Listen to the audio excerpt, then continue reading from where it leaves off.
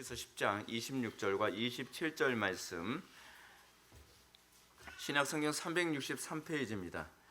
신약성경 363페이지 히브리서 10장 26절과 27절 말씀입니다. 찾으셨으면 제가 봉독하겠습니다. 우리가 진리를 아는 지식을 받은 후 짐짓 죄를 범한즉 다시 속죄하는 제사가 없고 오직 무서운 마음으로 심판을 기다리는 것과 대적하는 자를 태울 맹렬한 불만 있으리라. 아멘. 이 시간은 철로역정 60번째 강의가 되었습니다. 배신자, 다시 얘기하면 배교자라는 제목으로 하나님의 말씀 증거하도록 하겠습니다. 배교자. 오늘 본문 한번 먼저 보겠습니다. 크리스천과 소망은 계속 길을 갔고 무지는 뒤따라오고 있었다. 두 순례자가 무지를 앞선 지 얼마 안 되어 그들은 매우 어두운 샛길로 들어가게 되었다. 그곳에서 강한 7가닥에 묶여 7 귀신에 의해 끌려가는 한 사람을 보았는데 먼저 보았던 언덕의 지옥으로 빠지는 문으로 데리고 가는 중이었다. 크리스천과 소망은 무서움으로 벌벌 떨었다. 마귀들이 그 남자를 끌고 갈 때 크리스천은 자신이 아는 사람인지 알기 위해 쳐다보았다. 크리스천은 그 남자가 아마도 대교 마을에 살던 배신자일 것이라고 생각하였다. 크리스천은 그 남자가 잡힌 도둑과 같이 부끄러운 얼굴을 숙이고 있었기 때문에 그의 얼굴을 완전하게 볼 수 없었다. 그러나 소망은 그 남자가 지나갈 때 그의 등 뒤에 바람둥이 고백자, 저주받을 배교자라고 적힌 종이가 붙어있는 것을 보았다. 이 배교자의 표정이 지옥을 향해서 걸어갈 때 모습이 저렇지 않을까라는 차원에서 이미지를 이렇게 좀 찾아보아 봤습니다. 우리가 신앙생활을 한다고 하지만 모든 사람들이 다 천국 가는 것은 아닙니다. 모든 사람들이 다 예배당에 출석하고 모든 사람들이 열심히 헌신하고 봉사하고 살아가지만 그 모든 사람들이 다 천국 가는 것은 아닙니다. 이 배교를 하는 이 문제가 어느 날 갑자기 도적같이 오게 됩니다. 언제 나에게, 여러분 누가 배교하고 싶은 사람 어디 있습니까? 배도하고 싶은 사람은 아무도 없습니다. 다들 우리는 그렇게 생각합니다. 평안할 때 어떻게 사람들이 이렇게 배도할 수 있어? 나는 안 그래. 근데 문제는 우리가 지금 우리의 믿음을 점검하고 우리가 그리스도 안에 있지 않는다고 한다면, 우리가 그리스도께 붙잡힌 바 되지 않는다고 한다면 그 위기 순간에, 그 배도의 순간에 배도 안 한다고 장담할 수가 없습니다. 어떤 면에서는 우리의 삶의 매 순간순간마다 배도할 것인가 말 것인가에 관한 수많은 질문들 가운데 우리는 있습니다. 그 수많은 질문 앞에서, 그 수많은 위기 앞에서 조금씩 타협하고 있는 그 모습이 내가 장차 우리에게 오게 될 수도 있는 그 배교의 순간에 내가 어떻게 행동할 것인가를 이미 보여주고 있는 것일 수도 있다는 생각을 해야 합니다. 신앙생활, 여러분 가볍게 생각할 문제가 아닙니다. 신앙생활이라고 하는 것은 영혼을 결정하는 부분입니다. 사람들이 그러지 않습니까? 이 청소년들이 고3 때 열심히 공부해가지고 죽기 살기로 진짜 박터지게 공부하죠. 그렇게 공부해서 자기가 원하는 대학에 가지 못하면 자기 인생이 다 끝난 것처럼 생각하지 않습니까? 사실 우리가 성인이 돼서 보게 되면 어느 대학 들어갔냐가 그 인생을 결정하는 건 또 아닌 것 같습니다. 어떤 사람은 서울대 들어가서 서울대나 연대나 고대 같은 데 졸업해가지고 일사천리로 출세하고 잘 되고 있는 사람도 있는가 하면, 또 어떤 사람은 서울대 법대까지 나와가지고 그렇게 열심히 그 자기가 원하는 길로 가려고 그러다가 잘 안 돼서 목숨을 끊는 사람도 있고요. 그게 전부가 아닙니다. 그런데 분명한 것은 이것입니다. 우리가 이 땅에서 구원을 받지 못하면, 영원한 천국에 가지 못한다고 한다면 그것은 다시는 돌이킬 수 없다는 것입니다. 그것은 너무나 분명합니다. 근데 우리는 영혼의 문제를 결정하는 데 있어서는 굉장히 경솔한데, 우리의 육신의 문제를 결정하는 데 있어서는 죽느냐 사느냐 할 정도로 되게 심각하게 생각하지 않습니까? 근데 그래서 그렇게 심각하게 생각할 문제도 어떤 면에서 아닌 것 같습니다. 우리가 하나님만 의지하면, 우리가 하나님만을 바라보며 산다면 뭐 우리가 현재 보는 것이 내가 원하는 어떤 목표, 내가 원하는 어떤 결과치에 도달하지 못한다 할지라도 별로 걱정할 것은 없습니다. 왜냐하면 하나님께서 이 모든 것을 책임져 주시기 때문에. 우리 인생의 목표는 오로지 그리스도이어야만 합니다. 제가 진짜 여러분들 보시게 되면 지나치다 싶을 정도로 오직 그리스도, 맨날 기도, 은혜. 근데 여러분 어쩔 수 없이 이게 장로교예요. 장로교의 5 솔라를 강조하지 않으면 그 장로교가 아니죠. 이게 종교개혁의 전통이거든요. 오직 하나님께만 영광. 제가 맨날 하나님 영광 위해서만 살아라. 하나님 영광 위해서만 살아라. 그 5 솔라 중에 하나가 솔리데오 글로리아잖아요. 그 오직 기도, 오직 기도. 이게 뭐예요? 솔라 그라티아. 오직 은혜로만, 오직 은혜로만. 그죠? 그리고 솔라 피데. 오직 믿음으로만. 자꾸 뭘 결단하려고 하지 마라. 뭐 어떻게 행동하려고 하지 마라. 은혜가 부어지면 행동이 나오게 되어 있다. 그 솔라 그라티아 그거 아닌가요? 그죠? 솔라 그라티아. 솔라 피데. 그죠? 솔라 피데. 그리고 뭐 코람 데오. 그리고 또 솔루스 크리스투스. 그렇죠? 오직 그리스도. 오직 그리스도. 그리스도 아니고서는 우리의 구원을 보장할 게 없습니다. 사실은 이건 귀에 못이 박히도록 강조해도 사람들 잘 몸에 스며들지가 않아요.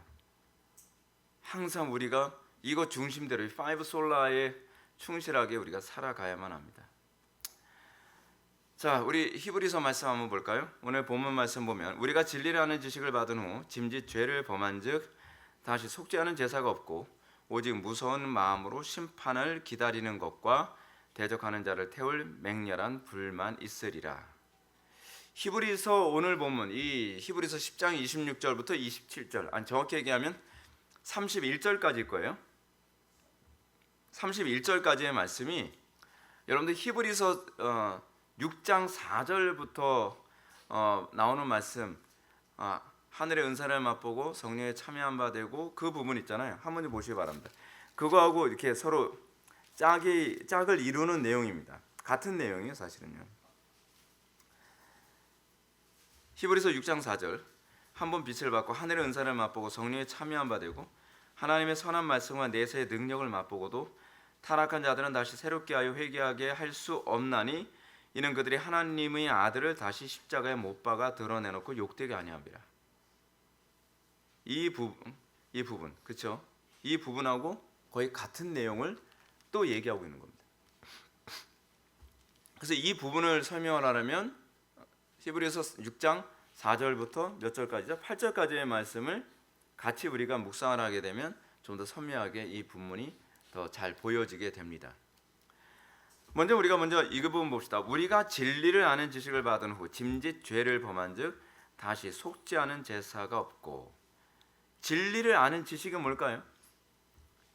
지식이라고 해서 다 똑같은 지식이 아니죠. 이 지식에 관한 부분에서도 정확하게 이해하지 않으면 자꾸 헛소리를 하기 쉽습니다. 그렇죠? 소위 영지주의자들은 어떻게 생각합니까? 내가 깨달은 지식만이 진리다. 뭐 이런 식의 생각을 하죠. 영지주의자들의 관점을 가지고 있는 사람들이 구원파 아닙니까? 구원파 사람들은 어떻습니까? 내가 언제 몇 월 며칠, 몇 년도 몇 월 며칠에 내가 구원받았다. 그러면 이제 그게 영지가 되는 거예요. 영적 지식이 되는 거죠. 영적 지식.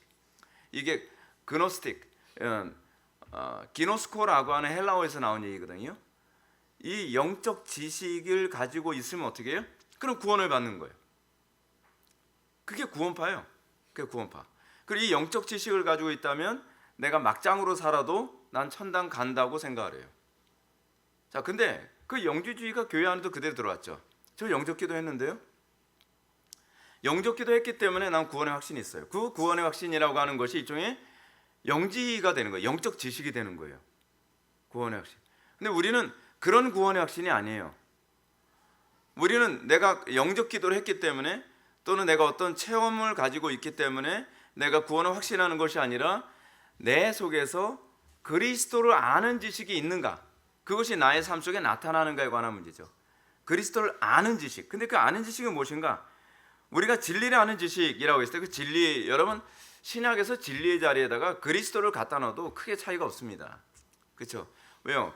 그리스도는 진리이시기 때문에 그분 자체가 내가 곧 길이요 진리요 생명이니. 그렇죠? 근데 여기서 한번 보게 되면 먼저 이 경고의 대상이 있습니다. 경고의 대상이 뭐냐면 진리를 아는 지식을 받은 사람입니다. 진리를 아는 지식. 진리를 아는 지식이 어떤 지식인가? 진리를 아는 지식이란 히브리서 6장 4절의 말씀처럼 한 번 빛을 받고요, 하늘의 은사를 맛보고 성령에 참여한 바 되고 하나님의 선한 말씀과 내세의 능력을 맛본 거예요. 이게 진리를 아는 지식이죠. 그러니까 여러분, 우리가 교리한다고 해서 이게 진리를 아는 지식이 아니잖아요. 진리를 아는 지식이라고 하는 것은 그리스도와 연합을 사실 얘기하는 표현이거든요. 그렇죠? 그리스도와 인격적 연합이 일어나지 않으면 그것은 우리가 아는 지식이 아니죠. 여러분, 이걸 제가 흔히 뭐라고 말씀드립니까? 이론적으로 아는 지식이 우리 몸에 익숙해지는 거. 그것이 이제 헬라인들이 생각하는 그노시스예요. 그노시스. 지식이라는 얘기죠. 제가 지금 헬라어로 그노시스라고 얘기한 건 이게 지식이거든요. 헬라인들이 생각하는 지식이라고 하는 것은 예를 들어서 글씨를 쓰는데 글씨를 이렇게 예쁘게 쓰는 방법이 있다. 그런데 그거를 자기가 아무리 해도 이론적으로 아는데 그 글씨체가 안 나오죠. 옛날에 우리 선조들은 붓글씨 막 배우고 그랬잖아요. 저도 이제 학교 다닐 때 붓글씨를 배우는데 그 기하게 되면은 그 기역을 쓸 때 그냥 이렇게 한다 해서 그 기역이 나오지가 않잖아요. 붓을 딱 찍어서 살짝 올려서 이거를 떼어가지고 꺾어서 싹 해야지 기역이 나와요. 이쁜 기역이 나오죠.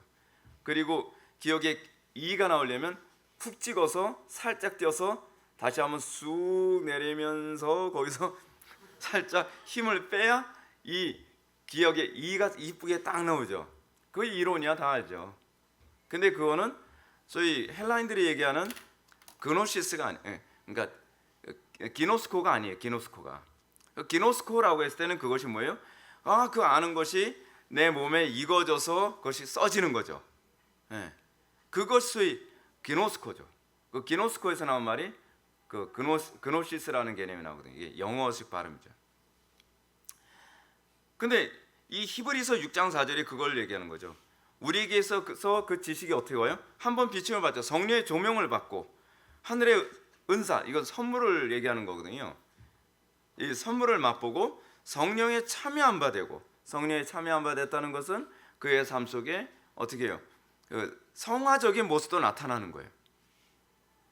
그 얼마나 놀랐습니까? 그 하나님의 선한 말씀과 내세의 능력을 맛봐요. 하나님의 말씀대로 어떻게 해요? 사라져요. 하나님의 말씀이 실제로 사람 운동력 있는 걸 경험을 했어요. 제가 목회사에 가면서 그런 사람들 많이 봤어요. 한번 비침을 얻고 하늘의 은사를 맛보고 성령에 참여한 바 되고, 그러면서 진짜 성화의 모습이 나타나고. 로이 존스 목사님이 이런 얘기 되게 많이 하거든요. 저 사람은 거듭난 것 같다. 저 사람은 정말 회심한 것 같다. 근데 이게 점점 그 모습이 안 나와요. 그 모습이. 제가 목회를 하면서 제일 그 마음이 아플 때가 그거예요. 제가 옛날에 그 청년부 사역을 했을 때 제가 정말 좋아했던 청년들이 있었는데, 그 청년들이 막 부흥이 일어날 때는요, 다 진짜 다 거듭난 것처럼 보여요. 얼마나 열정적이고 삶도 달라지고, 그리고 날마다 삶 속에서 변화된 거 막 흥분해서 막 전도사님, 제가 정말 신앙생활에서 이렇게 삶이 변했어요, 막 그래요. 직장에서도 이런 영향력 끼치고, 직장에서도 제가 변한 것에 괜히 놀라워해요. 술 담배 다 끊었어요, 막 그러는 거예요. 근데 은혜가 점점 가시니까 그게 없어져요. 그게 없어지면 안 되거든요. 그래서 제가 이걸 알았죠. 그 자체에 불이 있는 것과 불로 데워지는 건 별개 문제구나. 그죠?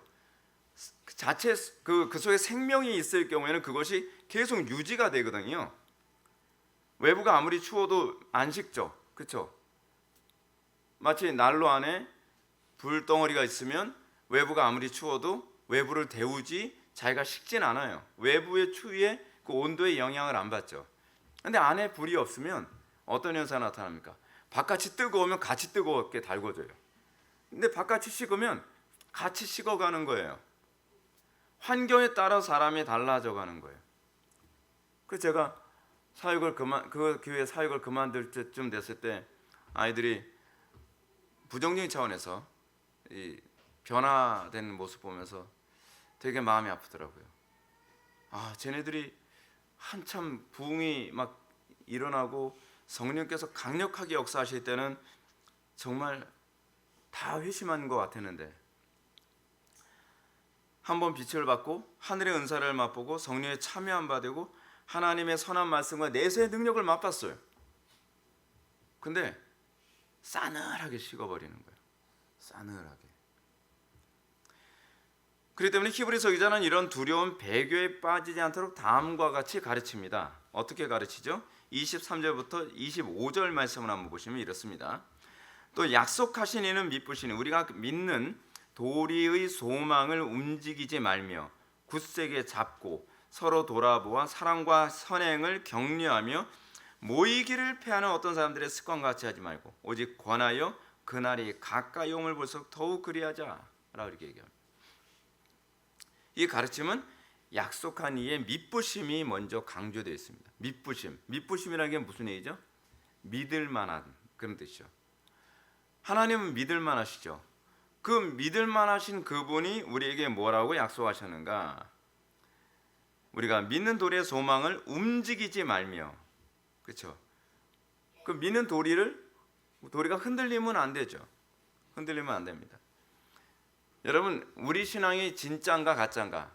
우리 신앙이 공동체 안에서 데워진 것인가 아니면 내가 자체불이 있어서 이런 삶을 사는가에 관한 문제는 여러분들이 환경에 따라서 내 신앙이 왔다 갔다 하느냐 아니면 환경과 관계없이 내가 다른 사람에게 영향을 주는 관계냐가 중요합니다. 여러분은 어떻습니까? 여러분들은 영향을 주는 쪽입니까? 영향을 받는 쪽입니까? 좋은 영적 분위기 안에 있을 때는 신앙이 좋은 것 같은데 영적 분위기가 안 좋으면 같이 나빠져요.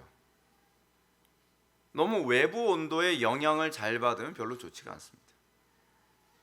신자는 어떤 존재입니까? 신자는요, 하나님의 은혜, 하나님의 생명, 그거를 이렇게 뿜어져내는, 강처럼 뿜어내는 마치 에덴 동산의 4개의 물줄기와 같습니다.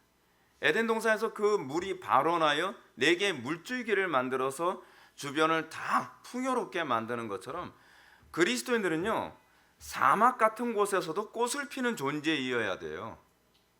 그렇지 않나요? 우리 신앙 선배들이 그렇지 않았나요? 지옥 같은 곳을 천국으로 만들려고 하나님께서 우리를 부르신 것 아닙니까? 그래서 진짜 그 속에 생명이 있는 사람은 환경 때문에 어쩔 수 없어서 그 소리 하지 않습니다. 오히려 그 환경을 바꿔서 어떻게 해요? 척박한 땅을 꽃밭으로 만드는 사람들이죠. 그래서 복의 근원이라고 얘기하는 거죠. 복의 근원, 너는 복이 될지라 라고 하는 이 표현은 그리스도인이 어떤 존재인가에 관해서 얘기하는 겁니다. 요즘에 그런 얘기 많이 합니다. 사회가 안 좋았기 때문에 어쩔 수 없이 교회가 이렇다. 아니요. 교회는 그렇지 않아요. 교회는 환경에 영향을 받는 존재가 아니라 환경에 영향을 주는 존재예요. 그게 그 자체에 불덩어리가 있는 난로인가, 그렇지만 불이 없기 때문에 외부의 온도에 영향을 받는 난로인가에 관한 문제죠. 여러분, 그 쇳덩어리 된 난로도요, 외부에서 햇빛 쨍쨍 내리쬐면 손댈 수 없을 정도로 뜨겁습니다. 그렇죠? 그 자동차를 보면은 그렇잖아요. 자동차 본네트에 막 엔진이 막 가열되면 그 본네트 위에 손대면 막 뜨끈뜨끈하잖아요. 그렇죠? 근데 햇빛을 오래 쬐기만 해도요, 그 본네트 위에 계란 딱 그냥 깨면 그냥 익어요. 그 정도로 본네트가 내부 엔진이 안 돌아가도 얼마인지 본네트 뚜껑은 뜨거워질 수 있어요. 우리 신앙은 과연 내부의 엔진이 돌아가서 뜨겁게 되는 존재인지 외부의 햇빛을 받아서 뜨거운 존재인지는 좀 냉철하게 고민해야만 합니다. 듣기 싫어도 여러분은 이건 마음에 새겨야 돼요. 왜요? 그건 여러분들의 영혼의 문제가 달린 문제이기 때문에 그렇습니다. 제가 너무 이렇게 노골적으로 정확한 얘기를 해서 여러분들 불편해 드릴지 모르지만 이게 제가 여러분들의 영혼을 위해서 해줄 수 있는 최선이거든요. 세상은 요즘 한국 교회는 자꾸 교회들 마음 편하게 해주려고 그래도 구원받은 겁니다. 저는 그 소리는 못하겠어요. 왜냐하면 하나님의 심판대 앞에서 이 문제는 틀림없이 저울질을 받을 문제니까요. 참신앙과 거짓신앙은요 분명하게 구분됩니다. 이 내용에서 성도들이 그날이라고 하는 부분이 나옵니다. 그날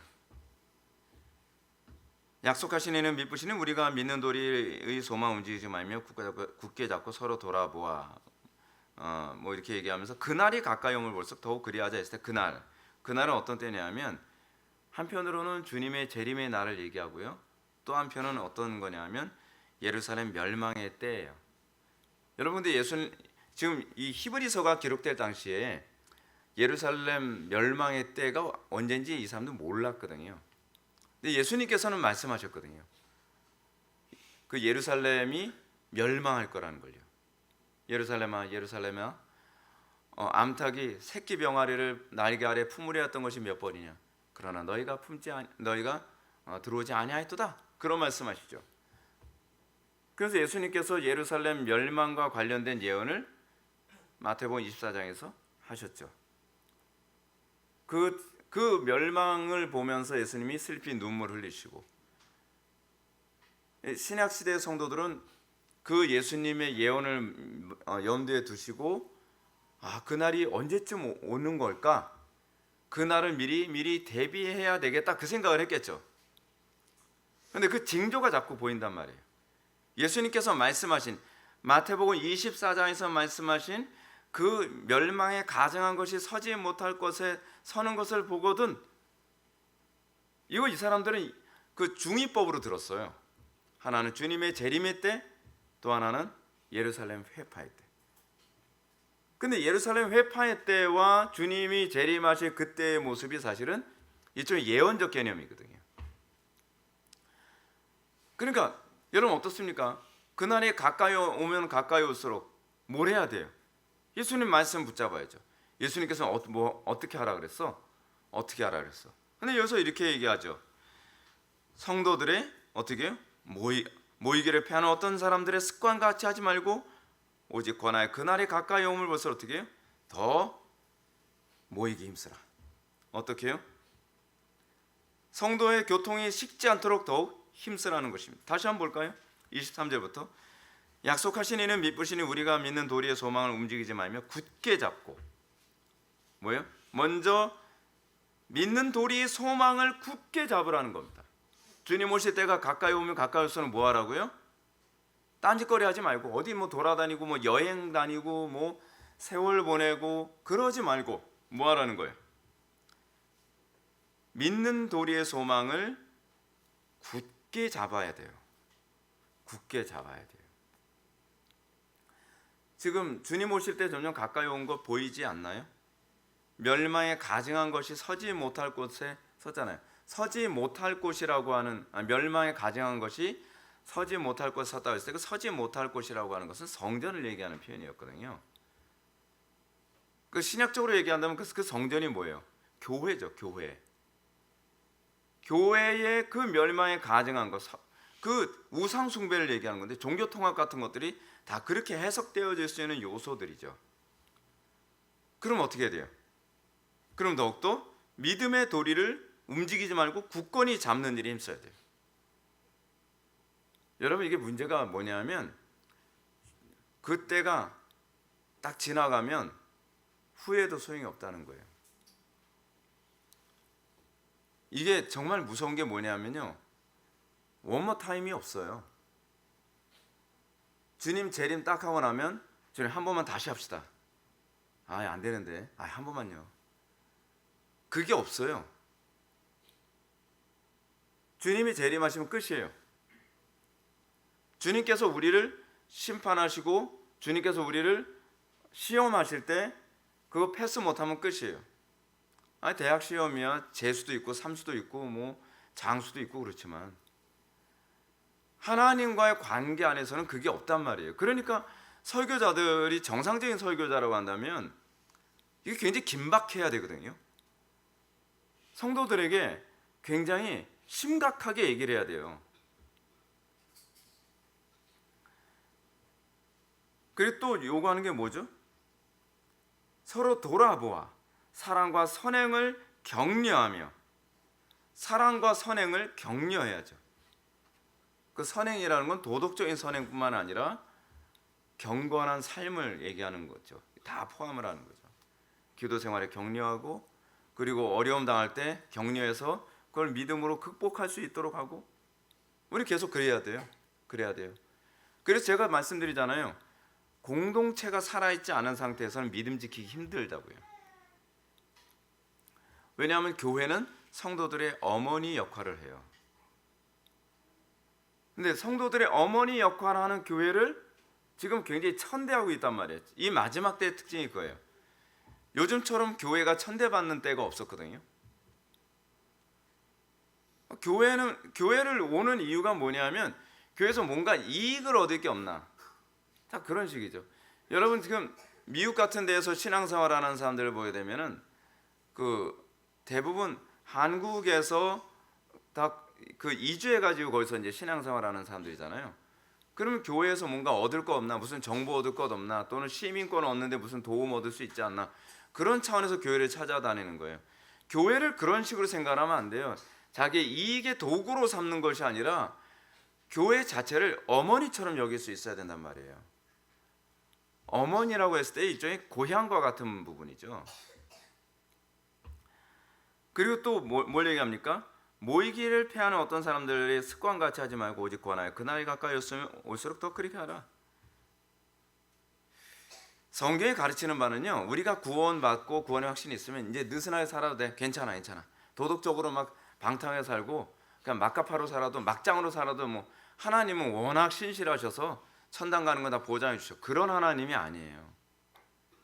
제가 여러분 분명히 여러 번 말씀드렸죠. 로이 존스 목사님 말씀하신 것처럼 바른 교리는 우리를 긴장하게 만든다고요. 거짓된 교리의 특징이 느슨하게 만듭니다. 신앙의 무장을 다 해체시켜버려요. 그건 100%입니다. 그건 다 가짜입니다. 오히려 성경은 우리들에게 더 긴장하고 더 철저히 경건에 힘써야 함을 우리들에게 가르칩니다. 이것이 배도를 방지하는 아주 중요한 명령이죠. 이건요, 영생을 가지고 있는 사람이라면 이것에 충실하게 살아갈 수밖에 없습니다. 우리 속에 영생이 있으면 하나님의 말씀에 아주 순전하게 반응합니다. 영생이 없기 때문에 순전하게 반응 안 하고 저렇게까지 할 필요 없어, 진지하지가 않죠. 요즘 기독교인들의 특징 그거 아닙니까? 진지하고 담 쌓았잖아요. 가볍고 경솔하고 자기 멋대로고. 그러니까 사실은 은혜 생활에 제대로 접근하지 못하는 거죠. 자, 두 사람을 뒤따라가는 무지에 대해서 한번 봅시다. 아직 안 읽은 부분이 있네요. 신자는 마지막 때가 가까이 올수록 서로 돌아보아 사랑과 선행을 격려해야만 합니다. 이기적인 동기 때문에 모이기를 피하는 어떤 사람들의 습관에 따라서는 안 됩니다. 서로 전염병 소문이 든다 하더라도, 지금 여러분 하나님께서 이 말씀을 우리에게 주실 때, 주님 오실 때 가까이 왔을 때 전염병 소문 안 날 거라고 생각하셨을까요? 가로 열고 전염병 때는 제외, 전염병 때는 니네들 알아서 해, 그러지 않아요. 오히려 고난의 때일수록 모이기 힘써야 돼요. 여러분 바람이 세게 불면 불이 모여야 안 꺼집니다. 그렇지 않나요? 장작개비들이 흩어지게 되면 바람이 세게 불면 그냥 꺼져버려요. 근데 장작개비가 오히려 바람이 세게 불 때 모여 있으면 불이 더 세게 붙죠. 우리 신앙의 선배들은 고난의 때에 흩어지지 않았습니다. 죽더라도 같이 죽겠다고 오히려 예배당에 모여서 같이 기도하고 같이 예배하면서 인민군들이 예배당에 불 쏴지르면 같이 타 죽는 쪽을 선택을 했죠. 언제부턴가 우리는 신앙생활을 그냥 설렁설렁합니다. 설렁설렁. 이번에 우리는 한국교회가 얼마나 하나님의 말씀을 가치 없이 취급하는지를 그대로 본 것 아닙니까? 성경에 틀림없이 이거 수도 없이 이번에 코로나 시즌 때 많이 강조됐던 부분이거든요. 모이기를 피하는 어떤 자들의 습관 같이 하지 말고 성경이 분명히 얘기하고 있지 않냐? 모이기 힘쓰라고. 근데 순종을 죽어라고 안 하죠. 그래서 한국교회 이 지경 된 거예요. 우연이 아니에요. 신앙은 뭐라고요? 순종이 신앙입니다. 순종 안 하면서 신앙이라고 제발 얘기하지 마세요. 사도 바울이 뭐라고 얘기합니까? 믿어 순종케 하나니. 믿음과 순종을 동의어로 봤죠. 사도 야고보도 뭐라고 얘기합니까? 행함이 없는 믿음은 죽은 믿음이라. 그렇죠? 사무엘상 15장에서도 뭐라고 얘기합니까? 불순종은 사술의 죄와 같다고 얘기하고 있습니다. 사울 왕이 순종을 안 하니까. 사울 왕의 가장 심각한 문제가 뭡니까? 그냥 듣기만 하는데 순종을 안 해요. 상황에 따라서 항상 순종을 할 만하면 순종하고 순종하기 어려우면 순종 안 했어요. 네가 나를 버렸으니 나도 너를 버리리라. 한국교회가 지금요 정말 정신을 차려야 되는 것이 뭐냐면 순종 안 하는 문제가 대수롭지 않은 문제라고 생각하는데 보십시오. 예를 들어서 특정한 어떤 교회를 향해서 하나님께서 네가 이번에 나를 순종하지 아니하였으니 내가 너를 버리리라 하나님께서 선언하셨다고 생각해봐요. 그게 끝난 거예요. 하나님께서 내가 너를 버리겠다고 선언해버리면 그 소리가 안 들리는 거죠. 안 들린다고 하나님께서 선언 안 하신 게 아니거든요. 근데 여러분 특정한 어떤 사람이나 특정한 어떤 가정을 향해서 하나님께서 이렇게 선언하셨다고 생각해 보십시오. 어떻게 할 거예요? 끔찍하지 않나요? 공포스럽지 않나요? 두렵지 않나요? 제가 예전에 성령 회방죄라고 하는 걸 제가 이제 20대 초반이죠. 신학에 대해서 아무것도 모를 때 성령 회방죄에 대해서 설교를 듣고 내가 성령 회방죄 저지른 거 아닌가? 그럼 난 버림받은 거 아닌가? 라는 생각이 들어옴과 동시에 공포가 밀려오는데요. 그냥 사는 게 지옥 같더라고요. 사는 게. 얼마나 무섭습니까? 하나님과 우리와의 관계, 하나님은요 정말 경외의 대상이에요. 하나님은 정말 두려운 분이십니다. 하나님이 두렵기 때문에 제가 단 한 번의 설교도 대충 하질 않는 이유가 두려워서 그래요. 하나님은 만홀히 여길 만한 분이 아니거든요. 하나님께서 우리에게 말씀하셨다고 했을 때 그 말씀대로 순종하세요. 근데 우리는 하나님의 말씀을 가볍게 여기고 무시하는데 되게 익숙해져 있어요. 내 삶이 변화되지 않아도 그냥 아무렇지도 않아요. 아무렇지도 않은 문제가 아니에요. 저는 굉장히 애간장이 타요. 여러분들의 영혼을 보면. 제가 자꾸 애간장 타니까 이 목소리가 톤이 자꾸 높아질 것 같아서 제가 항상 기도하면서 매일 그렇게 기도합니다. 강단에서 주님 사랑으로 설교해 주십시오. 사랑으로 설교하게 해주세요. 사랑으로 설교 못하게 될 것 같아요. 진짜. 저는 애간장이 타는데 듣는 사람들은 그렇게 안 듣는 것 같아요. 자, 근데 본절에서 두렵게 여겨야 될 부분이 이것입니다. 진리를 아는 지식을 받은 후 짐짓 죄를 범한 즉 다시 속죄하는 제사가 없다는 것입니다. 속죄제, 정결제를 얘기하는 겁니다. 정결제가 뭐냐면 성화와 관련된 부분이거든요. 그러니까 여러분들 우리가 하나님의 은혜가 나에게 딱 떠났는가 아닌가에 관한 문제를 드러냈을 때 가장 선명하게 드러나는 것이 뭐냐면 성화의 문제예요.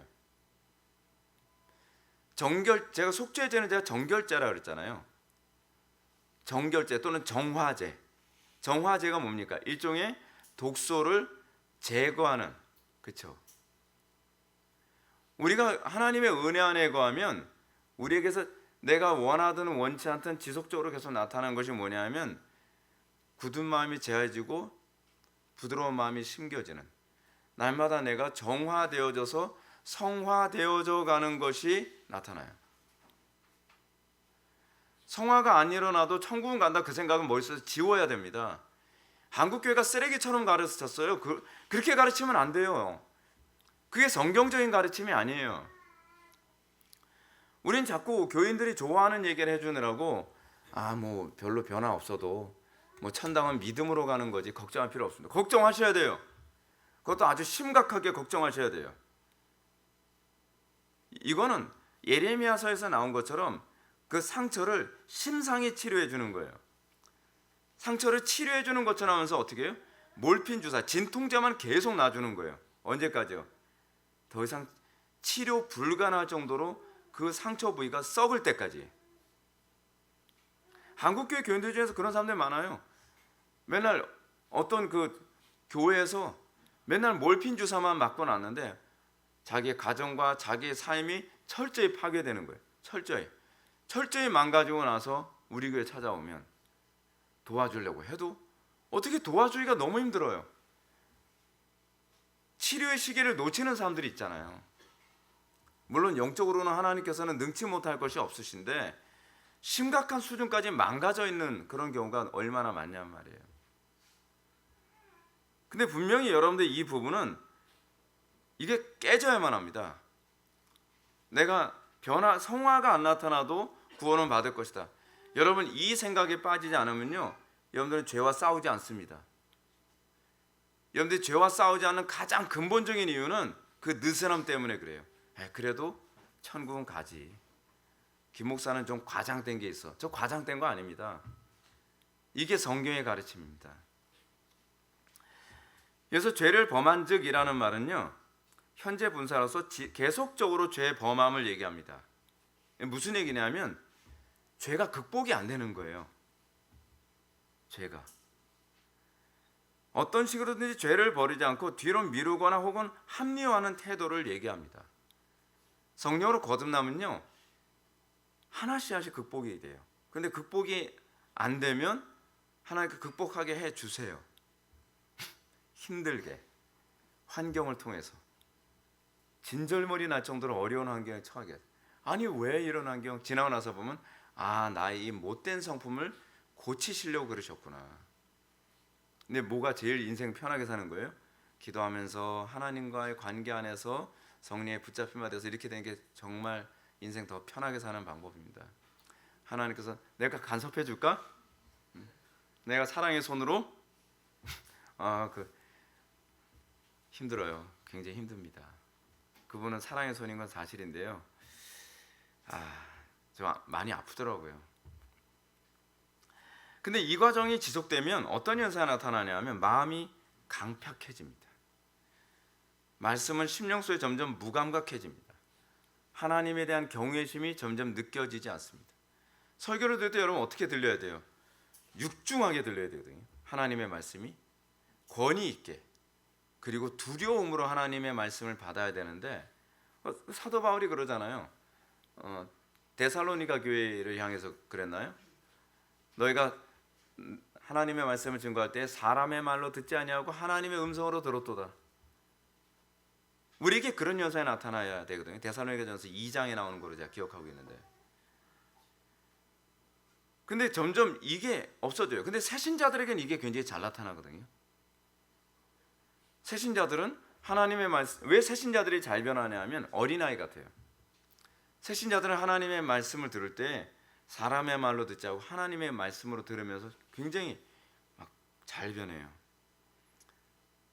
근데 이렇게 점점 무뎌가면 이런 사람들은 자동적으로 성도가 교통하는 자리를 싫어해요.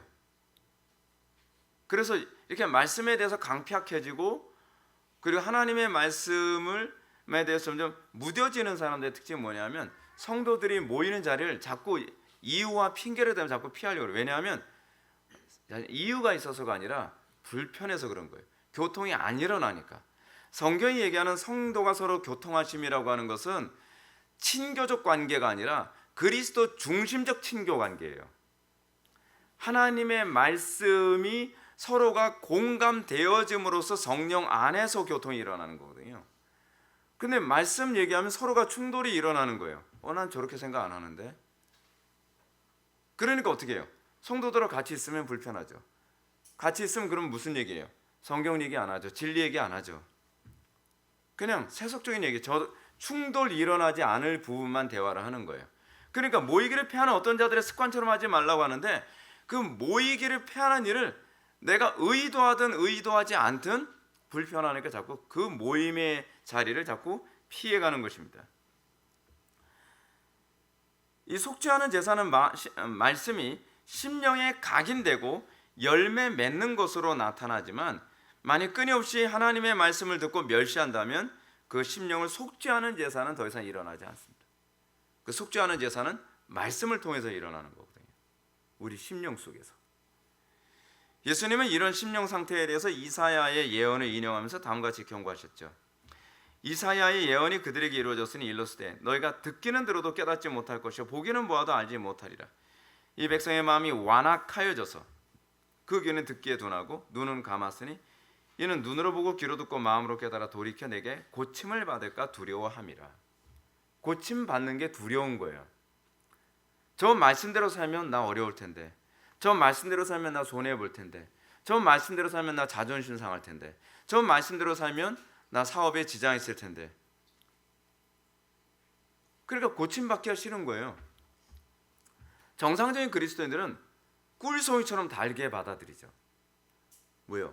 내가 고치고 싶은데 어떻게 고쳐야 될지 모르는, 이게 성령께서 그 마음에 감동을 주는 심령과 그렇지 않은 심령의 차이거든요. 고침받고 싶어요. 근데 어떻게 고침을 받아야 될지 몰라서 말씀을 사모하는 사람은 정말 하나님의 말씀이 선포될 때 눈이 반짝반짝거리고 귀를 쫑긋하며 듣죠. 근데 그 말씀이 나에게 좁은 문 또는 바늘길을 들어가도록 만드는 것처럼 여겨지니까 눈을 감아버리는 거예요. 근데 이 눈 감아버림이 뭐로 나타나면 실제로 물리적으로 눈 감는 거로 나타난다니까요. 그래서 저는 피곤해서 눈을 감는 건 제가 알아요. 근데 피곤한 것이 아니라 불경건해서 자꾸 예배 시간마다 눈이 감기는 거는 제가 이게 애간장이 터요. 애간장이. 근데 그걸 어떻게 아는지 아세요? 여러분들은 잘 몰라요. 저만 아는 부분이 있어요. 신기하게요. 제가 여러분들 때로는 속사정을 굉장히 알 때가 굉장히 많이 있잖아요. 근데 이 본문이, 이 해석을 하면서 이 본문이 특정 어떤 사람에게 해당되겠다라고 생각되는 그 순간 딱 되잖아요. 어떤 현상 나타나는지 아십니까? 그 순간에 그 사람이요, 눈을 졸음이 하염없이 오는 것처럼 생각하면서 눈이 잠깐 잠겨요. 그러다 그 말씀 딱 지나고 다시 눈 떠요. 그 제가 그거 보면서 야, 신비롭다, 거의 경외스럽다. 야. 그렇지 않으면요, 어떤 현상이 나타나는, 인간의 눈은요 피해갈 수가 없어요. 그 사람, 이 말씀은 저 사람한테 주는 것 같은데 라고 하는데 그 말씀이 딱 선포되는 그 순간에요, 눈동자 딱 보면 딴 생각을 하고 있어요. 안 들리거든요. 그러면요, 딴 생각하고 있는지 어떻게 하냐고요? 눈동자가 딴 데를 향하고 있어요.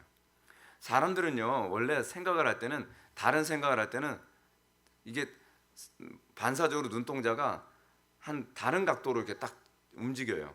그건 딴 생각을 하고 있다는 얘기거든요. 또 하나 뭐냐면 눈이 풀리는 것으로 나타나게 돼요. 근데 그게 여기서 다 보여요. 신기하게. 그럼 안쓰러운 거죠. 그 순간이 그 사람을 위해서 하나님께서 주시는 말씀인데 그 은혜의 순간을 그렇게 점프해 버리는 거예요. 그럼 목사님 은혜 받았어요. 뭘 은혜 받아? 핵심적인 부분 놓쳤구만. 그 부분이 그 사람한테 필요한 부분이었는데, 여러분 이 설교자들, 그 청교도들이 다 그 얘기합니다. 때로는 한 편의 설교가 그 수천 명이 앉아 있어도 그 한 사람 때문에 설교되는 경우가 있다는 거예요. 근데 되게 신기해요. 실제로 그 한 사람을 위해 설교한 것처럼 그 한 사람이 그걸 통해서 회심을 해요. 그날. 때로는 여러분들이 1시간 정도 설교를 들으면서도요, 나에게 필요한, 정말 필요했던 말씀은 한 1분, 5분일 수도 있어요. 근데 그 1분, 5분 되는 그 시점만 신기하게 눈을 감아요. 딴 생각을 하거나, 그렇지 않으면 동공이 그냥 풀려 있거나. 근데 은혜를 받는 사람들의 특징이 뭐냐면요, 동공이 열려서 스폰지처럼 빨아들여요. 완전히 뚫어지게 쳐다보는 현상이 나타나요. 그게 성령께서 역사하실 때 나타나는 특징이에요. 역사하실 때. 그러니까 제가 그 히스테리 부리는 거 아니에요. 제가 알기 때문에 그래요. 여러분들은 못 보는 영역이 있어요. 여러분들은 저밖에 안 보이잖아요. 전 여러분들이 다 보여요. 근데 신기한 게 목회를 하면서는요, 수백 명이 앉아있어도 보여요. 쭉 훑어보면요, 은혜 받고 있구나, 은혜 받고 있지 못하거나 그게 그냥 보여요. 그게 그러니까 애간장이 타죠. 이 얘기는 여기까지만. 자, 두 사람을 뒤따라가는 무지 먼저 한번 봅시다. 크리스천과 소망은 계속 길을 갔고 무지는 뒤따라오고 있었다. 두 순례자가 무지를 앞섰다라고 얘기합니다. 그래서 무지에 대해 잠시 언급합시다. 오늘은 무지에 대해서 뭐 이렇게 많이 얘기할 건 아니에요.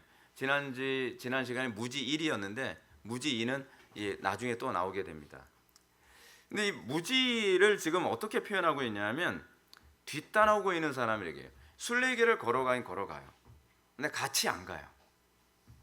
뒤따라와요. 그러니까 앞서가는 것도 아니고 뒤따라갑니다. 근데 이 무지는 어떤 사람이라고 했습니까? 이 김호만 목사님이 제가 해설 철로역정을 참조를 많이 하는데 김호만 목사님 해설 철로역정에서 제가 지난 시간에 얘기했던 것과 동일한 표현을 사용합니다. 이 무지가 어떤 사람이라고요? 자신의 환상적 생각에 전적으로 지배되어 헛되고 교만하며 자기 중심적 신앙생활하는 자라고 얘기하고 있어요. 실존주의죠. 그냥 이거를 한 단어로 얘기하면 실존주의입니다. 실존주의. 내가 가지고 있는 실존을 가지고 본질을 바꿔버리는 거죠. 신앙은 뭐라고요? 본질에 의해서 내가 바뀌어가는 거예요. 내가 본질화 돼가는 거죠. 그거 신앙이에요. 근데 거짓된 신앙의 특징이 뭐냐면 내 실존이 규정되어 있고 그 실존으로 본질을 바꿔간다는 개념이죠. 그래서 우리가 지난 시간에 제가 언급했던 그 예를 들었던 사람이 누구였어요? 시몬 드 모바르잖아요. 시몬 드 모바르라고 하는 이 프랑스 여자가 어때요? 여자는 태어나는 것이 아니라 만들어지는 것이다라고 얘기했죠. 그러니까 어떻게 교육을 받느냐에 따라서 이 실존에 의해 남자는 남자답게, 여자는 여자답게, 소위 이 실존에 의해서 본질이 바뀌어가는 개념이라고 얘기했잖아요. 그 나중에는 뭐 어떤 식으로 해요? 남자를 계속적으로 여성화시키도록 교육을 시키면 실존이 바뀌니까 얘가 어떻게 돼요? 나중에는 성전환 주술을 선택하게 만드는 거죠. 사악한 거죠. 굉장히 사악한 겁니다. 제가 이제 오늘도 이 부분은 좀 더 좀 설명을 해야 될 것 같아요. 실존적 그 성의 개념을 젠더라고 얘기합니다. 그 생물학적 성의 개념을 섹스라고 얘기하죠.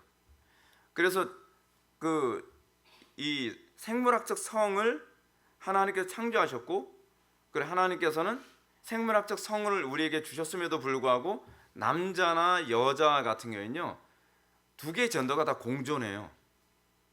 이게 굉장히 중요한 부분인데, 저는 젠더 자체가 나쁘다고 생각을 하지 않아요. 젠더가 뭡니까? 남성성, 여성성이거든요. 사회적 성이에요. 예를 들어서 여러분 가정 안에서 여자가 어머니로서의 역할을 한다. 그게 젠더예요. 또 아내로서의 역할을 한다. 그게 일종의 젠더죠. 남편은 가정 안에서 아버지 역할을 하고 또 남편의 역할을 하죠. 그게 젠더죠. 남성성, 여성성. 자, 근데 남자든 여자든요, 그 내면 안에는 두 개의 젠더가 공존하죠.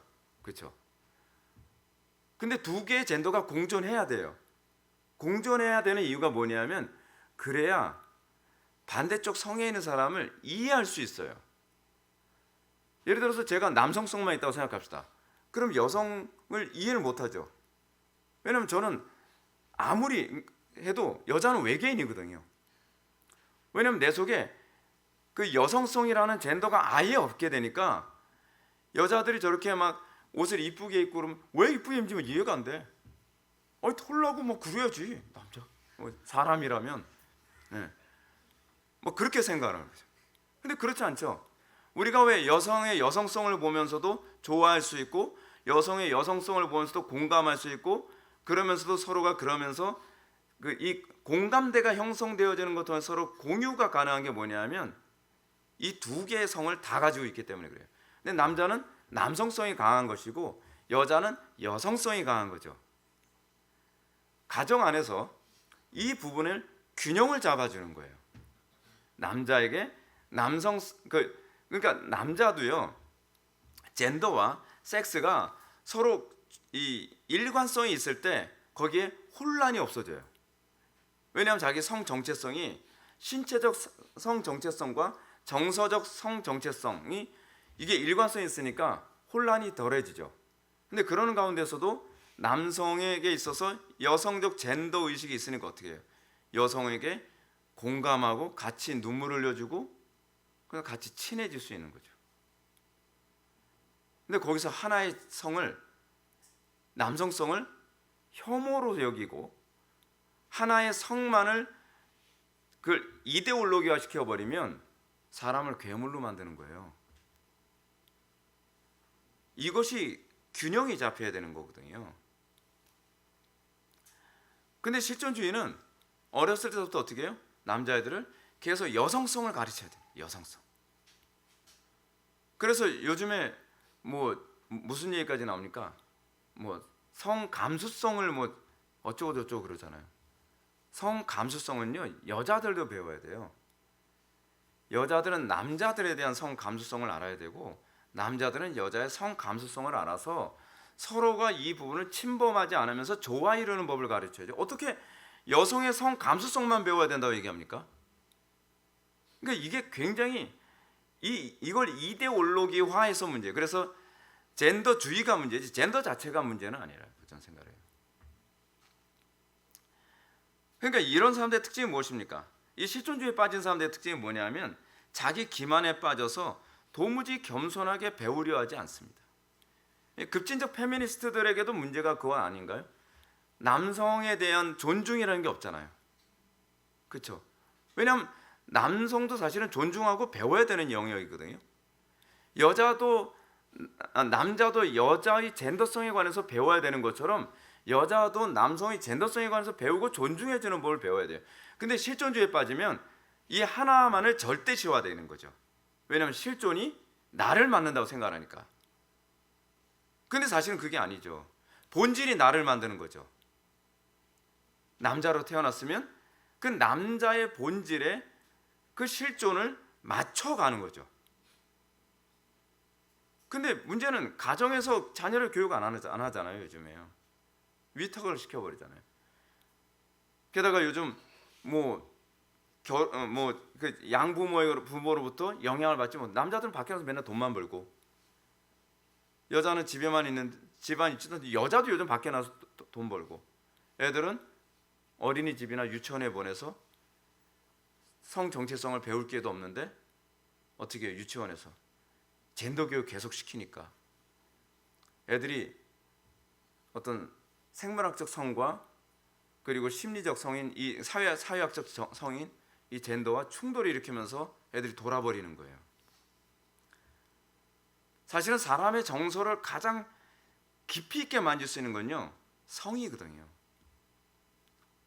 근데 그거를 송두리째 다 무너뜨리는 거예요. 참. 그 정도만 합시다. 하여간 이런 사람들의 특징이 뭐냐면 크리스천의 명분은 가지고 있지만 거룩한 신자들과 교통이 없다는 겁니다. 무엇보다 문제는 성화가 나타나지 않습니다.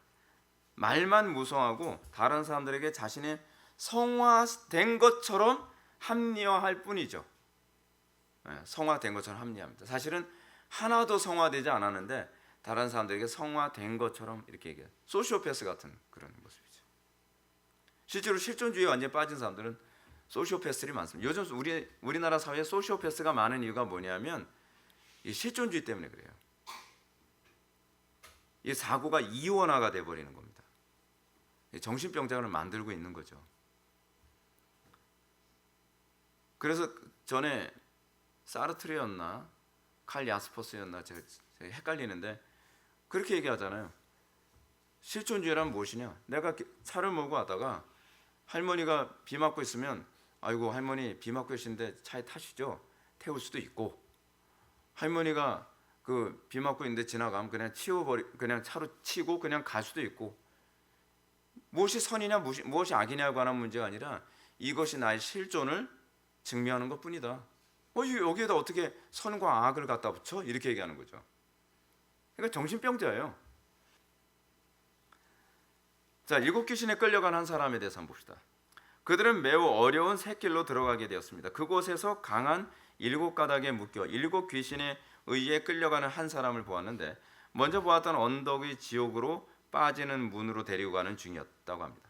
크리스천과 소망은 무서움에 벌벌 떨었습니다. 크리스천과 소망은요, 매우 어두운 샛길로 들어가게 됐다고 합니다. 이 샛길은 교회사에서 고난과 박해 시기를 의미합니다. 하나님의 말씀이 적들에 의해 공격당하고 신앙의 자유는 제한되고 불의가 확산될 때를 말합니다. 우리가 이번에 좀 그 약한 순한 맛을 한번 겪어봤죠, 그렇죠? 이 정도면 순한 맛입니다. 중국은 아주 매운 맛이고요. 근데 문제가 뭐냐면 순한 맛이든 매운 맛이든 지금 한국 교회가 이 상황 안에서 어떤 모습을 보였느냐가 중요한 문제입니다. 두렵게도 이 어려운 길은 하나님의 성도들이 새 예루살렘으로 가는 길에 반드시 통과해야만 하는 길입니다. 여기에는 무엇보다 분별력과 확신이 필요합니다. 가장 중요한 건 이것입니다. 신앙생활에서 믿음을 지키는 건 배짱이 아닙니다. 여러분, 어떤 사람이 그런 얘기 하잖아요. 용기는 타고나는 것이 아니라 용기는 두려움을 극복하는 것이다. 용기는요, 두려움을 못 느끼는 게 아닙니다. 용기는 두려운 걸 동일하게 느끼지만 극복하는 것뿐이죠. 신앙생활이 그렇습니다. 신앙생활은 용기로 하는 게 아닙니다. 신앙생활은요, 분별과 확신으로 하는 겁니다. 분별하지 못하는데 어떻게 내가 뭘 믿어야 될지 어떻게 알겠으며, 확신이 없는데 어떻게 내가 끝까지 인내하겠습니까? 끝까지 인내하지 못하는 중요한 원인은 확신하지 못하기 때문입니다. 한국교회가 이번에 비대면 예배를 선택한 가장 중요한 이유 중 하나는 뭐냐면, 저는 용기 문제라고 생각하지 않습니다. 더 본질적인 문제는 확신하지 못하는 겁니다. 분별하지 못하는 데 있는 겁니다. 저는 예배를 포기하는 그런 모습을 보면서 저는 이해가 안 됐어요. 아니, 왜 예배를 포기하지? 뭐 이웃사랑이다 뭐다 아무리 갖다 붙여도 저는 설득이 안 되더라고요. 당연한 거 아닌가? 근데 여기에 너무 쉽게 사람들이 타협을 해버렸죠.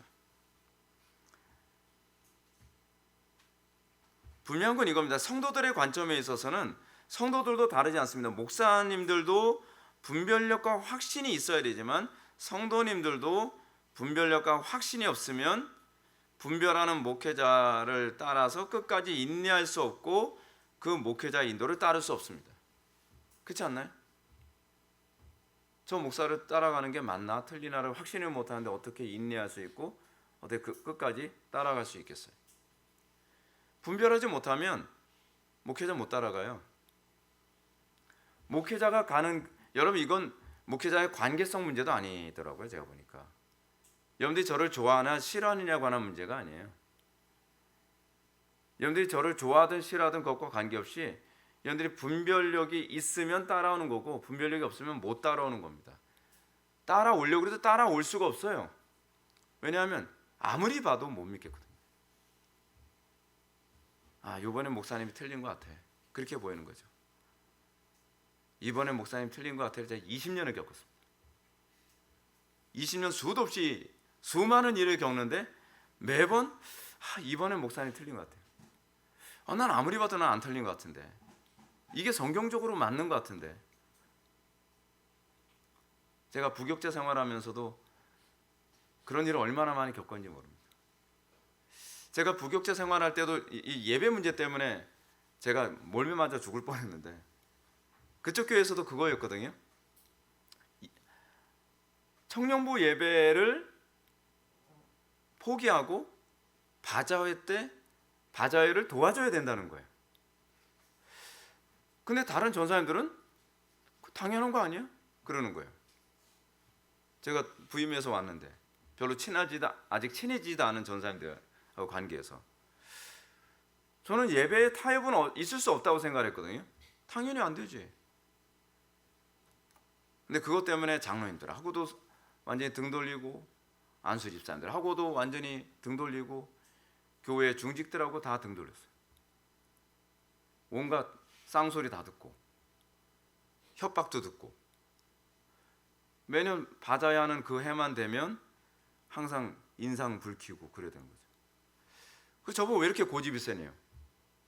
아니 고집이 아니라 이게 옳은 게 안 보입니까? 근데 그 사람들한테 그게 옳은 게 안 보이는 거예요. 고집으로만 보이는 거예요.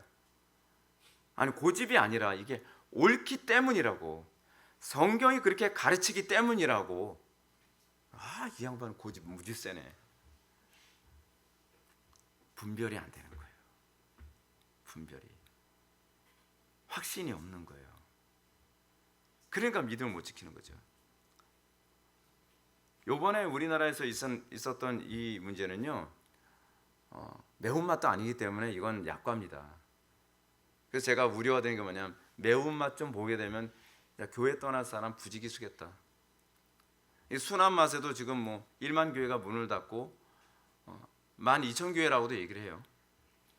그리고 120만이다 150만이다 하는 사람들이 교회를 떠나는데, 매운맛으로 하나님께서 시험을 하시면 어떻게 될까지 상상도 하기 싫어요.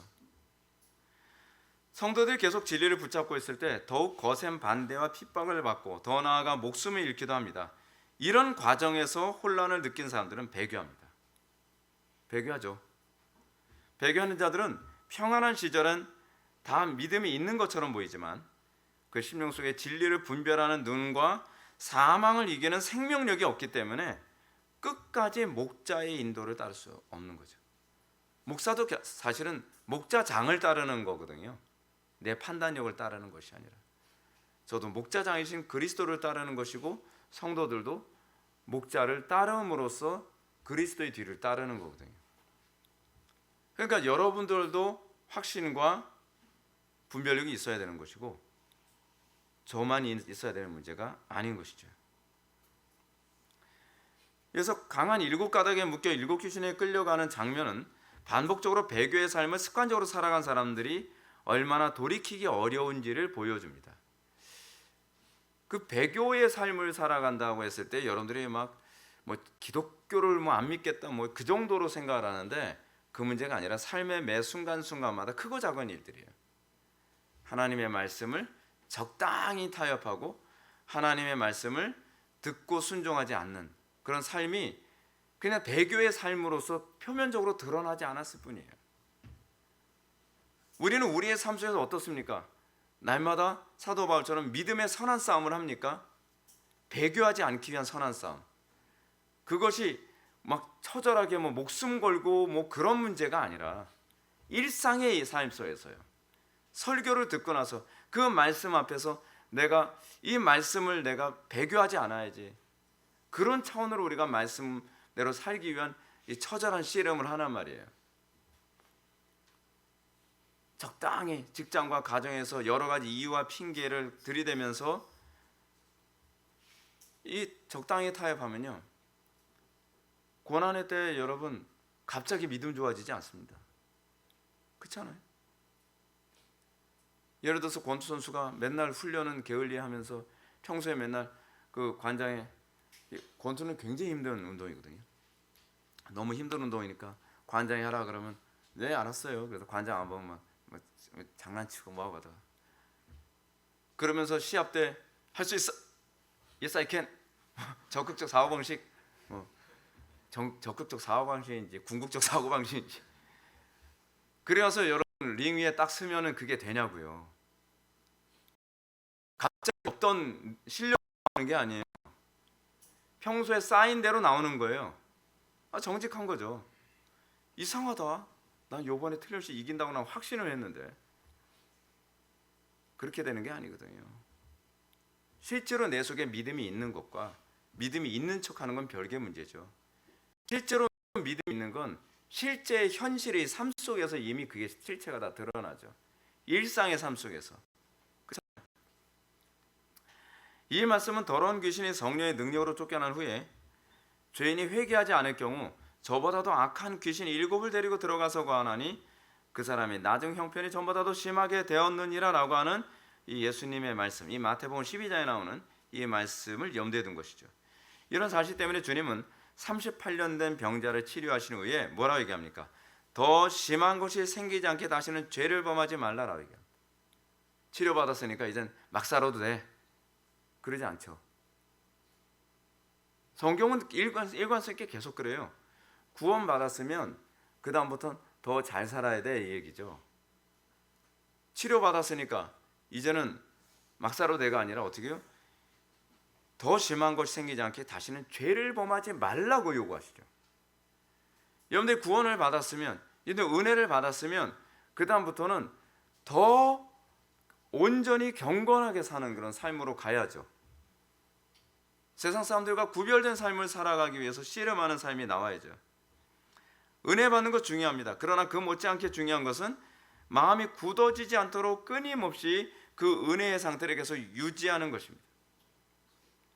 지금 이 38년 된 병자가 만약에 예수님의 이 경고를 듣지 않았으면 더 심한 것이 날 수도 있다는 거죠.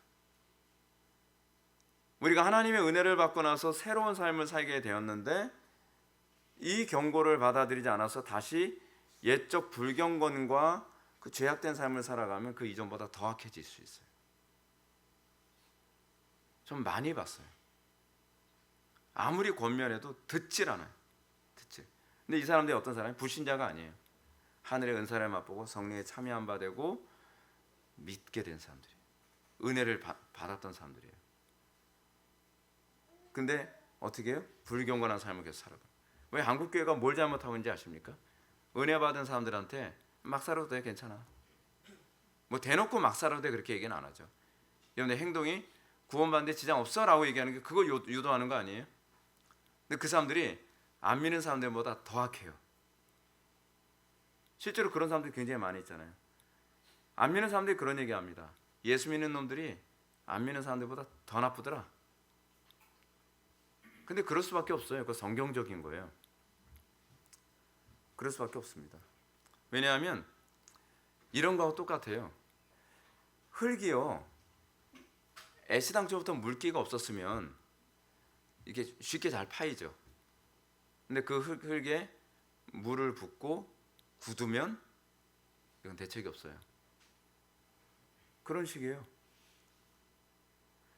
여러분, 쇠도 똑같습니다. 이거는 제 표현이 아니라 그 윌리엄 거널인가 청교도가 했던 표현인데, 쇠는 달궈진 상태로 계속 갔을 때 말랑말랑해서 다듬어질 수 있는 것이지, 그 쇠가 달궈진 상태에서 식어버리면 다시 그 말랑말랑한 상태로 다시 돌아오려면 더 어렵다는 거예요.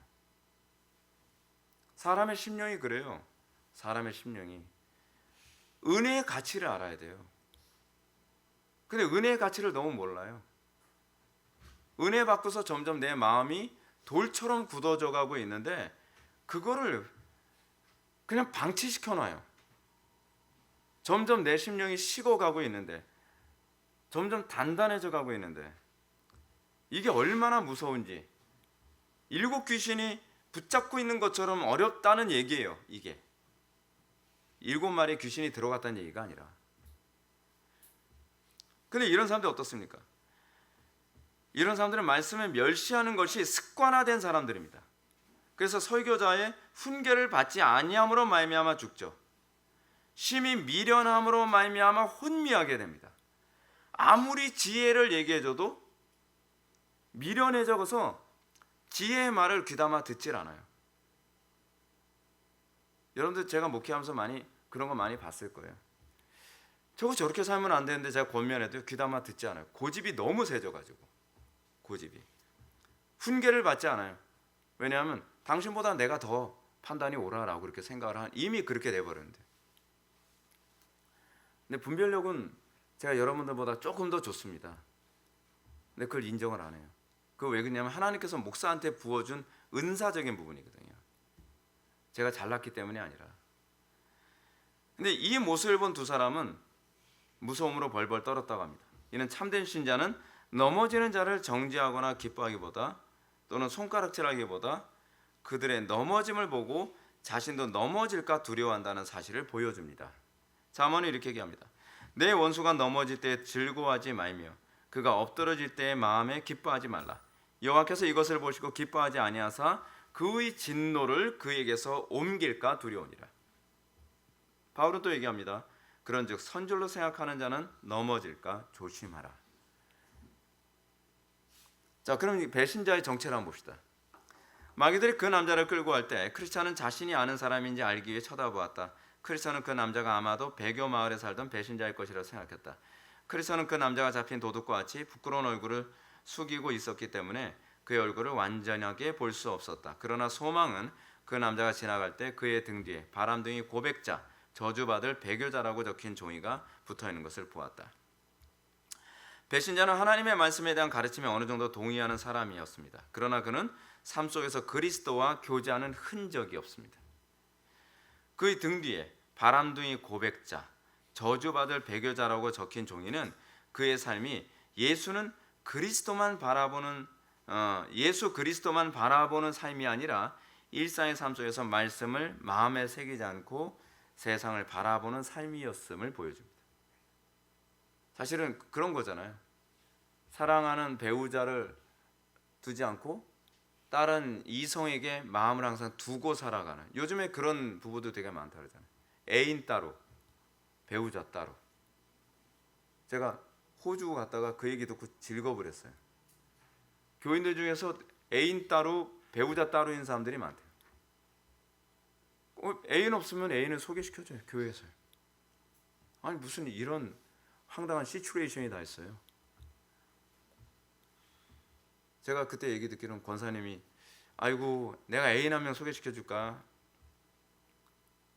이게 망조죠, 망조.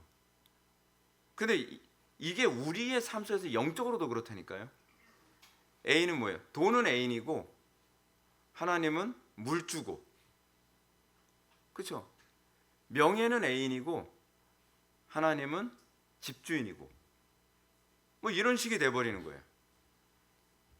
근데 그게 언제 그 실체가 드러나느냐? 고난의 때, 위기의 때, 하나님께서 흔드실 때에 비로소 네 애인이 누구야? 그게 드러나는 거죠. 바람둥이, 저주받을 배교자죠.